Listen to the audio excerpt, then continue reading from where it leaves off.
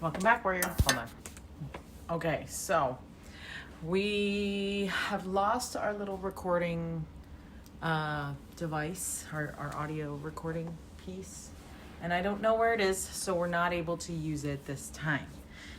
So we're gonna just be reading and not walking, so hopefully we don't fall asleep. Luckily, I think that we are at a page or at a section that is short, so we won't have to worry too much about how long this is. I think the last section we read, oh, you know what? I think we're on section 113. Yes, we are. Okay, so Doctrine and Covenants, section 113. And it is 10 verses. So we should be just fine here and won't fall asleep. But also, I would like to do section 114 so that we'll be a little bit more caught up. Okay, let's get to the preface or the historical background. Okay, so it's like glasses are always so bad. Ugh. Okay, so by January of 1838, Joseph Smith was literally running for his life from those who had become his bitterest enemies, even including those who were once his closest friends. Wouldn't that be the worst feeling? To have to be running away from those people who you originally trusted, loved, and yeah. Anyways, he has now been forced to leave Kirtland and move to far west Missouri. So of this time, Joseph wrote this. Okay, maybe this is too high up. I don't really like the angle over here. You know what I'm saying? So, but I also am like, I don't think I can sit up straight this long. First world problems. Okay, so January, let's see if we can just read it like this. So January 1838, a new year. So this is Joseph Smith wrote this.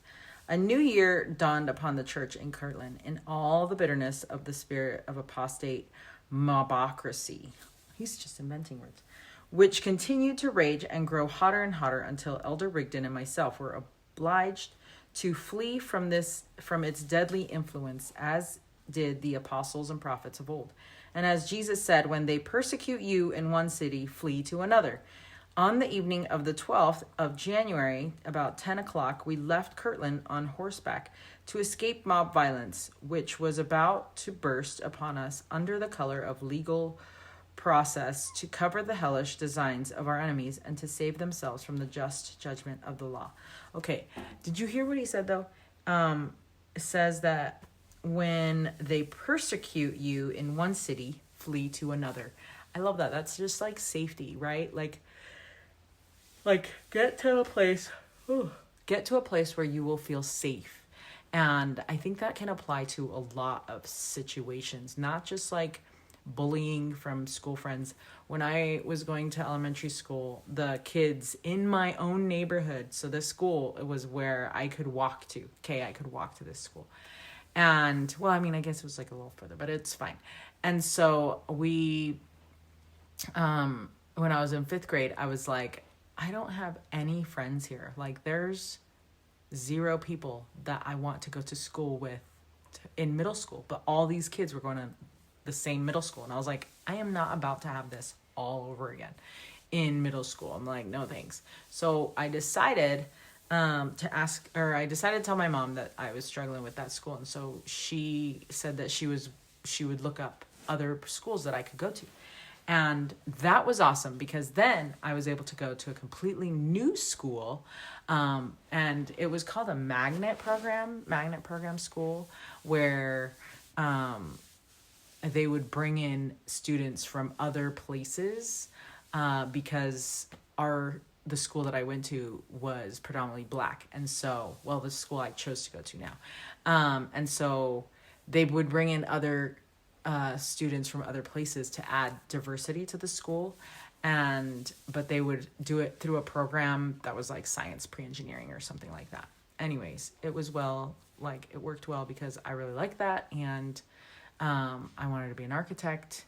And so I was like, yeah, this is so good. And I didn't ever have to see the other people that had gone to my old school that had bullied me, that were mean, that, and it was just like so healing to go to a new place, to a place where I wasn't being persecuted. And I was just like, how is that, like, so when you feel unsafe, like share that with someone that you trust so that you can get out of that situation, Okay, so I love that example. Obviously, they stayed longer than they needed to because of everything that happened, and it's really sad, right? But I mean, everybody has to figure out their own, like you have to figure out and discern what the Spirit's trying to tell you. Sometimes the Spirit tells you to stay a little longer, and sometimes the Spirit tells you to leave right away and not put up with something, so I don't know. But if you are experiencing any kind of abuse from people at school, from your family, from your friends, like, you do not need to put up with that, and make sure you get some help. Okay.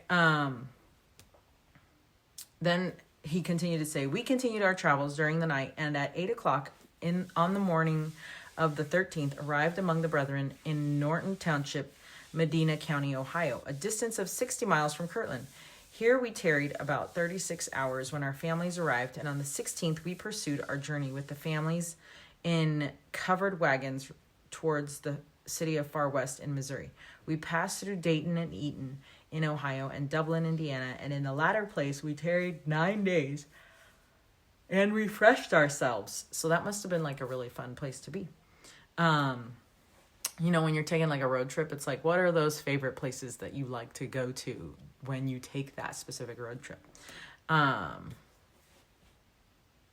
Because there's those places that you're like, oh, we have to stop here.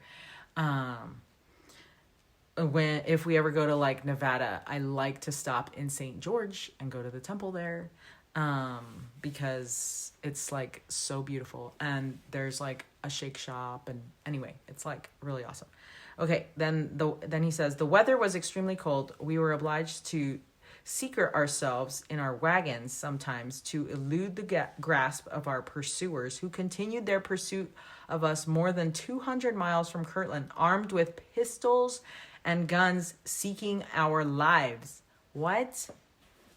Like, go do something productive with your life. Stop trying to be mean and bully to other people. Like, and apparently they're trying to kill them. Like, get a life. Like, don't worry about other people. Just worry about yourself, right? Like, that is the thing. Satan will just try and have us be consumed with what other people are doing, and instead what happens is we're getting distracted from the person that we can become, and we're trying to hinder other people's progression by abusing them, and that's not cool. And it's not cool either for you to do that, because now you're stuck in this space that you can't progress either, because you're just worried and consumed about what other people are doing. And so you're literally wasting your own time, and you're also making it hard for somebody else, which is not going to end up good. And I know I'm talking to people who are amazing. You're awesome. You're not making these bad choices, but it's just like, like, why are there people out there making these choices to bully people and spend time doing that instead of like focusing on their own personal growth? Like, just mind your own biz, mind your own business. Anyway, we lived in a place where, everybody was so cool, it was like nice. And then somebody moved into one of the houses, and that was in the neighborhood, and they became the nosy neighbor, and the neighbor who would be like telling on people, and just like, it's pretty much like you're the spy neighbor. Good job. Congratulations. You have won the name of spy in the neighborhood. Like, what? Like, what? Like, I get the whole crime watch. Like, yes, we need that.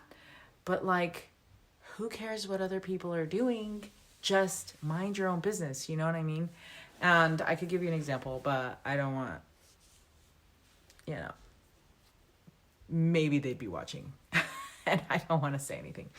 And maybe there's multiple people and I didn't even know. So anyway, I am not a conspiracy theorist, but I do believe that we can choose to focus on the things that we are doing and that we're responsible for and that are in our stewardship, and not worry about other people. And that's going to consume us. That's going to waste our time. And I think it also applies to when we find out that our husbands are doing something. It's like the first instinct is that we want to manage and control what they're doing by like shutting the internet off or taking the phone away. And you want to stay in control. And then what happens is, instead of being the spouse, you become a police officer in the marriage. And that is the worst position to be in. Like you don't have time for this, and it's only going to torture you. And so what you need to do is find other things that you can do that are in your control, and not try to control your husband's healing, because your husband needs to heal on his own and he needs Jesus. But guess what? You need Jesus too. And we're going to need Jesus when we want to do those things. And so we need Christ to help us not do those things about worrying about other people, and worrying about what they do, because it's pointless. I had that stage and it didn't do me any good, and it made me feel worse. So anyway, I'm sorry. It's something that it's like, I just believe, like, just don't worry about other people. I love the Mel Robbins book called Let Them. Like, that's the best ever. Yes, let them do, like, be awesome. Let them be, make whatever choice. Like, you just worry about yourself and what you can control. And don't bully other people, Don't bully other people. Let other people talk about Jesus. That's fine. Let other people, not talk about Jesus. That's fine too. It's like, whatever, like, just stay in your lane, right? And don't be mean, and certainly don't try and kill people. That's the worst. That's not staying where you're supposed to be. That's making a bad choice, and you definitely need to be held accountable for that. Okay, so then he says, the weather was extremely cold. We were obliged to secret ourselves. Okay, because people were trying to kill him, right? So then he says, they frequently crossed our track. Twice they were in the houses where we stopped. Once,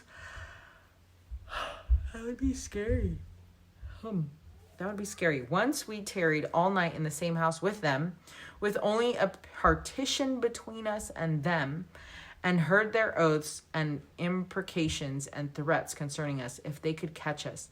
And late in the evening they came in to our room and examined us, but decided we were not the men.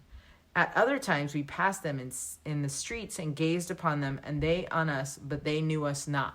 Isn't that awesome how the Lord was protecting them that way? On the 14th of March, as we were about entering Far West, many of the brethren came out to meet us, who also with open arms welcomed us to their bosoms. We were immediately received under the hospitable roof of Brother George W. Harris, who treated us with all possible kindness, and we refreshed ourselves with much satisfaction after our long, tedious journey. The brethren bringing in such things as we had need for our comfort and convenience. After our being here 2 or 3 days, my brother Samuel arrived with his family. End quote. End quote. Joseph Smith, History of the Church, Volume 3. Okay, so now at Far West, Joseph took time to include answers to questions he had regarding Isaiah chapter 11, likely asked by those there among the hospitable group. This chapter is one that Moroni had spoken of when he appeared to Joseph in his room as a young boy. So this revelation containing answers about Isaiah's 11 is now known as Doctrine and Covenants 1:13. Okay. It says answers to certain questions on the writings of Isaiah given by Joseph Smith, the prophet, at or near Far West, Missouri, March 1838. Okay, who is the stem of Jesse spoken of in the 1st, 2nd, 3rd, 4th, and 5th verses of the 11th chapter of Isaiah? Verily thus saith the Lord, it is Christ. What is the rod spoken of in the 1st verse of the 11th chapter of Isaiah? So I feel like we need to read 11th chapter of Isaiah too, but we won't for the sake of time. But it is the rod spoken of. What is okay? And then it says that should come. Sorry, can I read that again? What is the rod spoken of in the 1st verse of the 11th chapter of Isaiah that should come of the stem of Jesse? Behold, thus saith the Lord, it is a servant in the hands of Christ, who is partly a descendant of Jesse as well as Ephraim, or of the house of Joseph, on whom there is laid much power. What is the root of Jesse spoken of in the 10th verse and the 11th chapter? Behold, thus saith the Lord, it is a descendant of Jesse as well as of Joseph, unto whom rightly belongs the priesthood and the keys of the kingdom for an ensign and for the gathering of my people in the last days. Okay. We are getting sleepy. Can you believe this? But I wanted to show you this little guy. Let's see if we can flip it. Look at him. He loves laying in the sunshine. That's like his favorite spot. It's like anytime there's a sunspot, he's there. Look at his face. Can't get it because can't get it too good because of the fact that I am sitting here. But okay. So there's a quote from Elder Bruce R. McConkie. He says, "Are we amiss in saying that the prophet here mentioned is Joseph Smith, to whom the priesthood came, who received the keys of the kingdom, and who raised the ensign for the gathering of Israel, or for the gathering of the Lord's people in our dispensation? And is he also the servant in the hands of Christ, who is partially a descendant of Jesse as well as of Ephraim? Yeah. Or the house of Joseph, on whom there is laid much power? Those whose ears are attuned to the whisperings of the infinite will know the meaning of these things." Okay. Woo, good thing these chapters, this section is very short because this is why we're supposed to walk. Okay, we are reading now verse 7. Questions by Elias Higbee. What is meant by the command in Isaiah 52nd chapter, 1st verse, which saith, "Put on the strength of Zion," and what people had Isaiah reference to? He had reference to those whom God should call in the last days, who should hold the power of the priesthood to bring again Zion and the redemption of Israel, and to put on her strength is to put on the authority of the priesthood, which is Zion.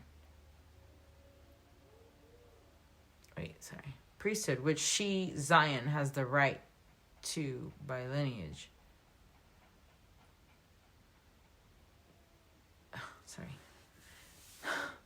Telling you. Okay. By the power of priesthood to bring again Zion and the redemption of Israel, and to put on her strength is to put on the authority of the priesthood, which she, Zion, has a right to by lineage. Also to return that power which she has lost. Okay, so here's another quote this time from Elder Franklin D. Richards. He says, Here is Israel gathering together, being taught of the Lord, to learn of his ways and walk in his paths, that they may receive the blessing and be counted clothed I think it's clothed. And to receive the blessing and be clothed upon with power, as the prophet said, awake, awake, put on thy strength, O Zion. Put on these beautiful garments, O Jerusalem. What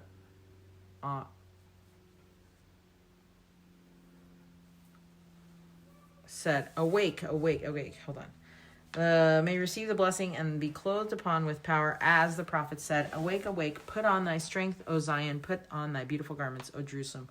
What are these beautiful garments? These beautiful garments are the clothing upon with the authority and power of the Holy Ghost is that which makes people beautiful. It is not that which makes people beautiful. It is that which makes people useful. Ooh, that's such a good quote. I'm gonna have to read that one. It is that which, right.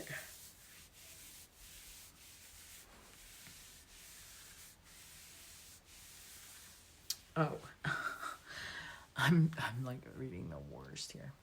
It says, put on the power of the holy priesthood. It is that which makes people beautiful. It is that which makes people useful. End quote.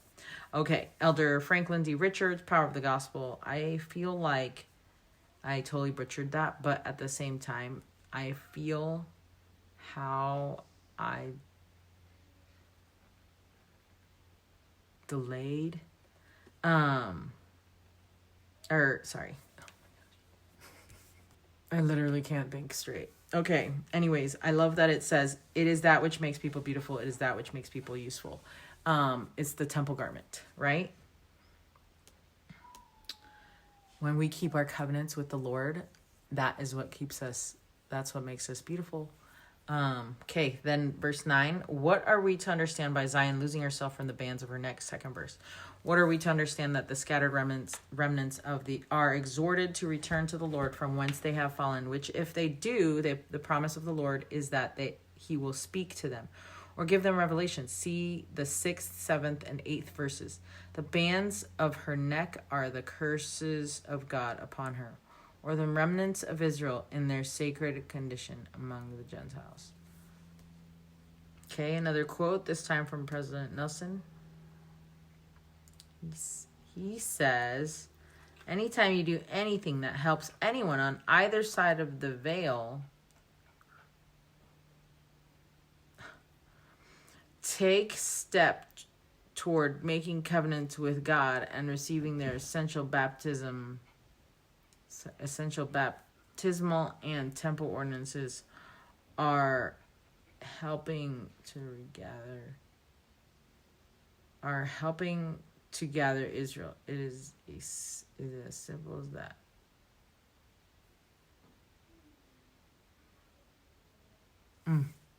End quote, President Russell M. Nelson. Okay.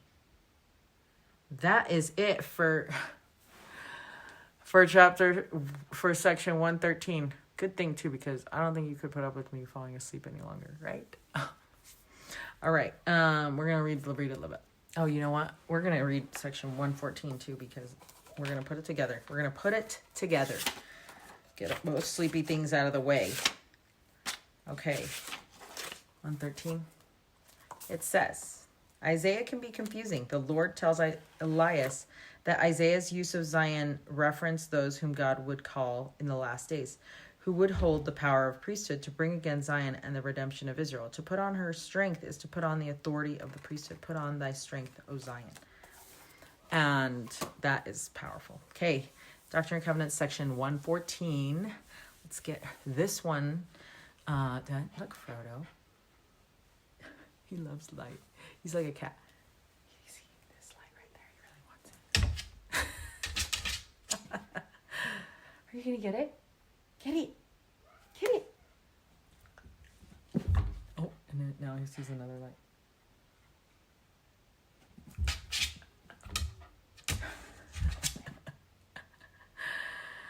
Yeah, please watch him instead of me because I am falling asleep. Okay. Here we go. So the historical background says that David W. Patton, one of the 12 apostles, remained faithful and immovable, even as rebellion and division spread around him. On February 5th, 1838. Yeah, maybe I should start. The Missouri Church presidency, David Whitmer, William W. Phelps, and John Whitmer were removed from their positions after misusing sacred church funds. In that tense moment, David W. Patton stood firm. He spoke with much zeal against the presidency and in favor of Joseph Smith Jr. Oh, that is crazy. What are people doing, In this revelation, the Lord told David he would serve another mission the following spring, but that opportunity would never come. He died 1838 in October during the Battle of Crooked River. At the time, violent mobs in Missouri were terrorizing Latter-day Saint communities, burning homes and crops, and attacking women and families. When David heard what was happening, he quickly gathered about 75 men and rode toward Crooked River, where a battle broke out. What happened would mark a turning point in Missouri's conflict with the Saints. That's sad.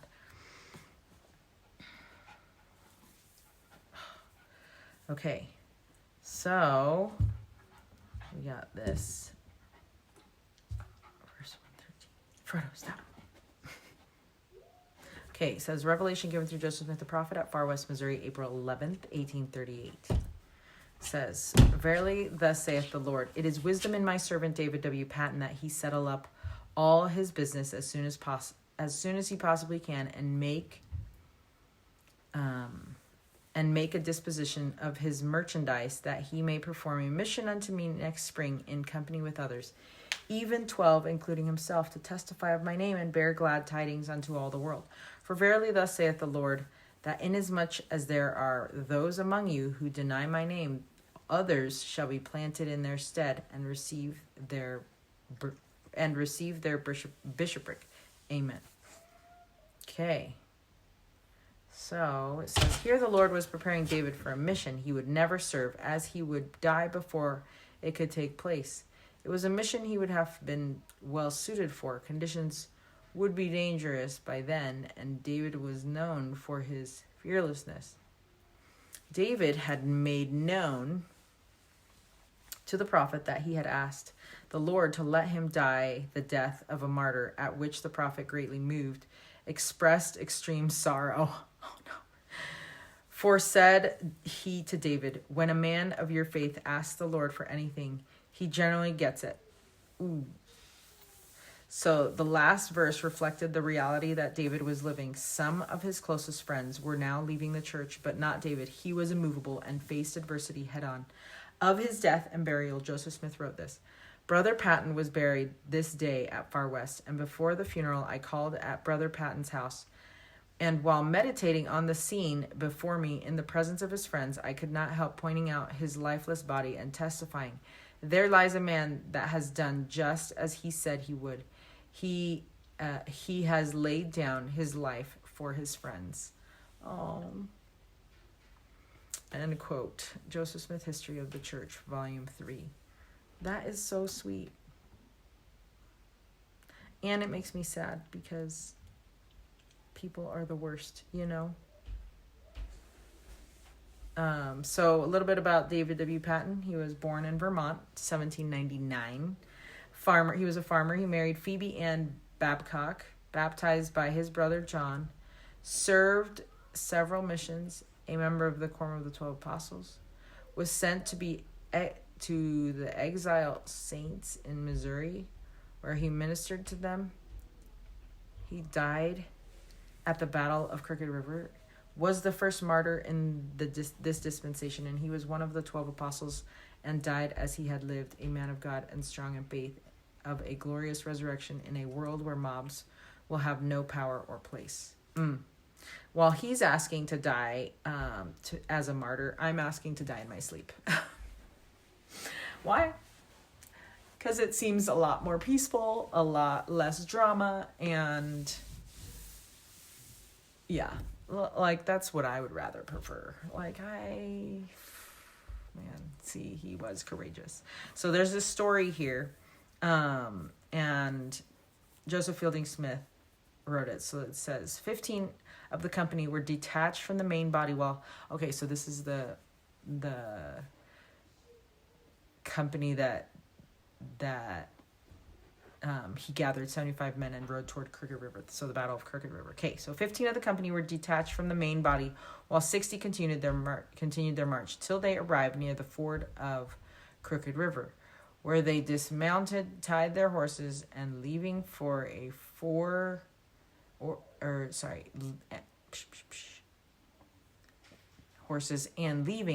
five men to guard them, proceeded towards the ford, not knowing the location of the encampment. It was just at the dawning of light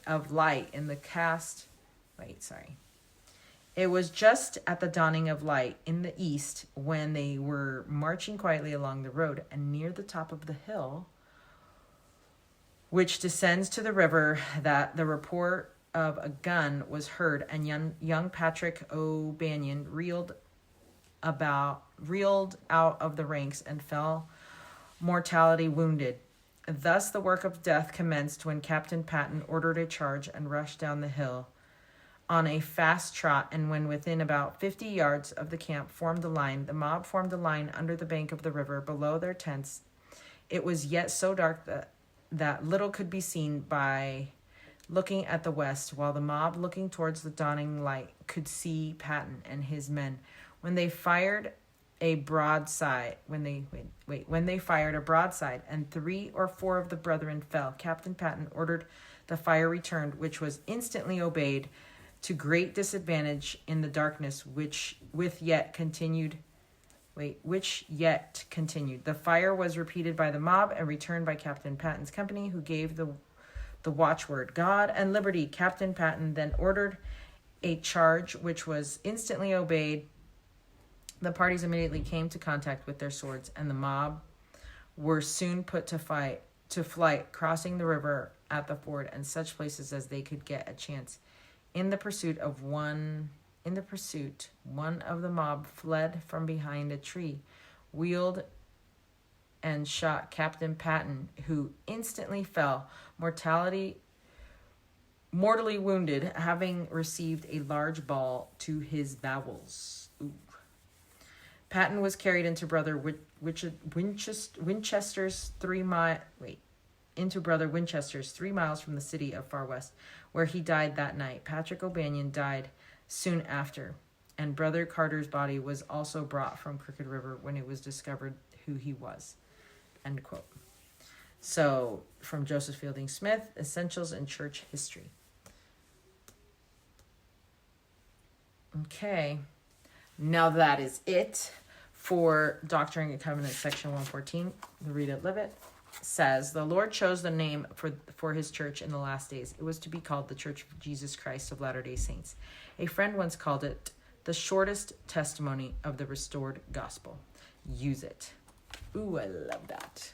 Okay, until Doctrine and Covenants, section 115, stay strong, warrior. And if you're sleepy like me, maybe take a nap or something. I don't know.